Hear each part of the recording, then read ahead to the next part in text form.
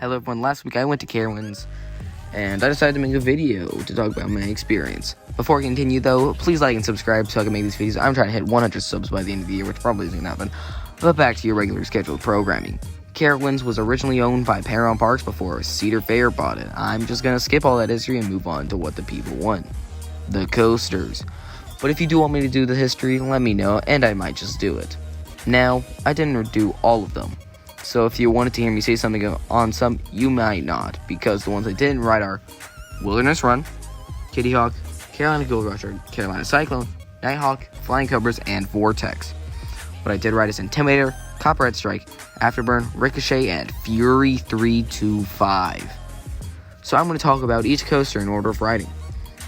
As I entered the park, I went right over to pick up my Fast Lane Pass and headed to Intimidator for my first ride.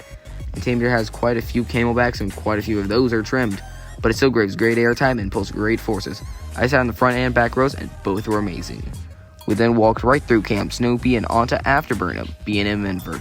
In honesty, it was quite mid, but the fun part about it was I hit a tree with my foot coming onto the brake run. Then I walked over to Copperhead Strike, which I got stapled on, which was fun.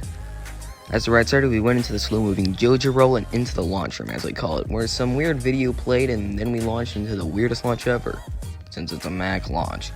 The ride is actually shaky, kind of, and has it where there's an airtime hill on the second launch, which I'm fine with.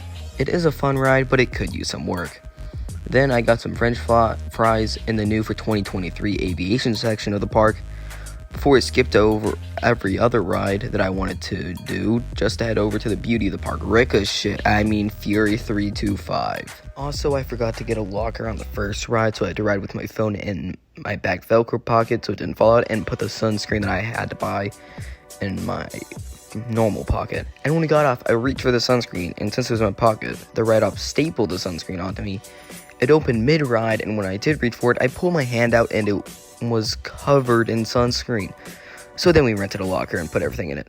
Then I proceeded to ride Fury 7 more times. I took a break from riding Fury for a minute and headed over to Ricochet, the wild mouse of the park.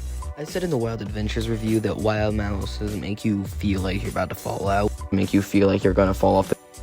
But this one was just really jerky.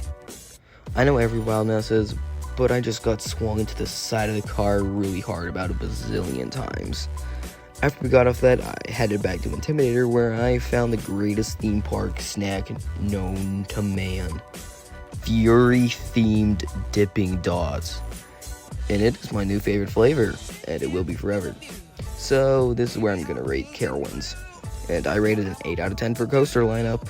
The food also gets an 8 out of 10. And the atmosphere gets an 8 out of 10 for a solid rating of a better side of parks. And that's it for this video. Goodbye.